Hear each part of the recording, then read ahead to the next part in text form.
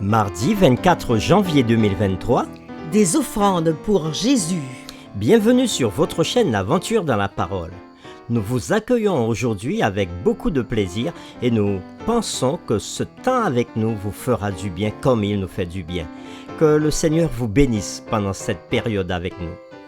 Et nous vous invitons à participer avec nous en cliquant sur le pouce et en vous abonnant pour recevoir les notifications.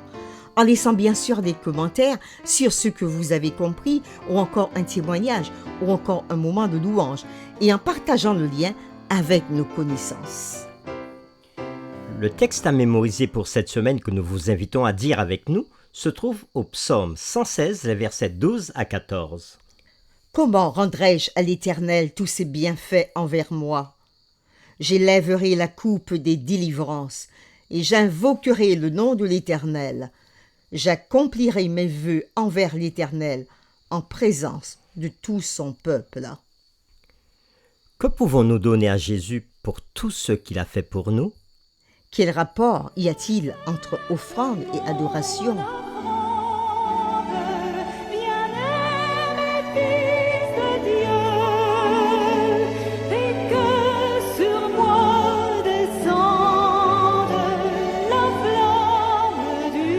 Les réflexions de cette semaine nous aident à répondre à ces questions. Et aujourd'hui, nous le faisons avec la séquence Offrande et adoration. La Bible ne nous donne pas d'ordre de service pour l'adoration, mais il semble qu'au moins 4 choses soient présentes dans les services de culte. Dans le Nouveau Testament, cette liste comprend l'étude, La prédication, la prière, la musique. la dîme et les offrandes. 3 fois par an, les hommes et les familles d'Israël devaient tous comparaître devant le Seigneur à Jérusalem. Et le texte nous dit dans Deutéronome chapitre 16, le verset 16, « Et on ne paraîtra point devant l'Éternel les mains vides. » En d'autres termes, une partie de l'expérience d'adoration était le retour de la dîme et le don d'offrande. C'est à la Pâque, à la Pentecôte et à la fête des tabernacles que les enfants de Dieu apportaient leurs dîmes et leurs offrandes. Il est difficile d'imaginer quelqu'un venir à ces fêtes les mains vides. En d'autres termes, pour l'ancien Israël, le don de leurs dîmes et offrandes était un élément central de leur expérience d'adoration. L'adoration, le véritable culte, ne consiste pas seulement à exprimer en paroles, en chansons et en prière notre gratitude envers Dieu, mais aussi à exprimer cette gratitude et cette reconnaissance envers Dieu en apportant nos offrandes à la maison du Seigneur. Le peuple d'Israël apportait son offrande au temple. Nous l'apportons à l'Église. C'est un acte d'adoration. Lisons ensemble 1 Chronique chapitre 16, le verset 29, le psaume 96, versets 8 et 9, et le psaume 116, versets 16 à 18. Et nous répondrons à la question suivante. Comment appliquons-nous les principes exprimés ici à notre propre expérience d'adoration? Nous lisons 1 Chronique chapitre 16, le verset 29. Famille des peuples, rendez à l'Éternel gloire et honneur. Rendez à l'Éternel gloire pour son nom. Apportez des offrandes et venez en sa présence. Prosternez-vous devant l'Éternel avec de saints ornements. Le psaume 96, le verset 8 et 9. Rendez à l'Éternel gloire pour son nom. Apportez des offrandes et entrez dans ses parvis. Prosternez-vous devant l'Éternel avec des ornements sacrés. Tremblez devant lui, vous tous, habitants de la terre. Psaume 116, versets 16 à 18. Je disais dans mon angoisse, tout homme est trompeur.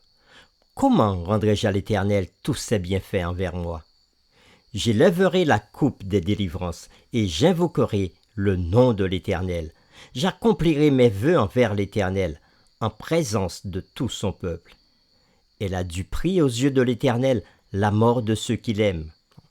Écoute-moi, ô Éternel, car je suis ton serviteur, fils de ta servante. Tu as détaché mes liens. Je t'offrirai un sacrifice d'action de grâce, et j'invoquerai le nom de l'Éternel. J'accomplirai mes vœux envers l'Éternel, en présence de tout son peuple. Après la lecture de 1 Chronique chapitre 16, le verset 29, le psaume 96, versets 8 et 9, et le psaume 116, versets 16 à 18, dans lequel nous avons le texte à mémoriser de cette semaine, répondons maintenant à la question: comment appliquons-nous les principes exprimés ici à notre propre expérience d'adoration aujourd'hui? Le texte de 1 Chronique chapitre 16 verset 29 parle des familles des peuples. Rendez à l'Éternel gloire, rendez gloire à Dieu. Et les autres textes aussi nous invitent à faire de même. Et en venant en présence de Dieu, de l'Éternel, l'appel est fait en disant de l'adorer, de se présenter avec des offrandes, des ornements sacrés, de saints ornements. L'adoration et les offrandes sont volontaires, mais la première n'est acceptée que si elle est accompagnée de la seconde. L'adoration et les offrandes sont volontaires parce qu'elles doivent être données librement, mais elles sont obligatoires en ce sens qu'elles sont une partie vitale de notre service au Seigneur. En tant qu'enfant de Dieu, chargé de gérer ses affaires sur la terre, c'est un privilège, une opportunité, une responsabilité d'apporter nos offrandes. Si le Seigneur nous a donné des enfants à élever pour lui, nous devrions partager avec eux la joie d'apporter la dîme et les offrandes au service de culte. Dans certains endroits, les gens n'apportent pas d'offrande ni de dîme avec eux. Ils retournent leur dîme en ligne ou par d'autres moyens. Quoi que nous fassions, le prélèvement des dîmes et des offrandes fait partie de notre expérience d'adoration avec Dieu. Pour terminer, quelle est votre expérience concernant le rôle du prélèvement de la dîme et des offrandes dans le cadre de l'adoration dans votre communauté religieuse?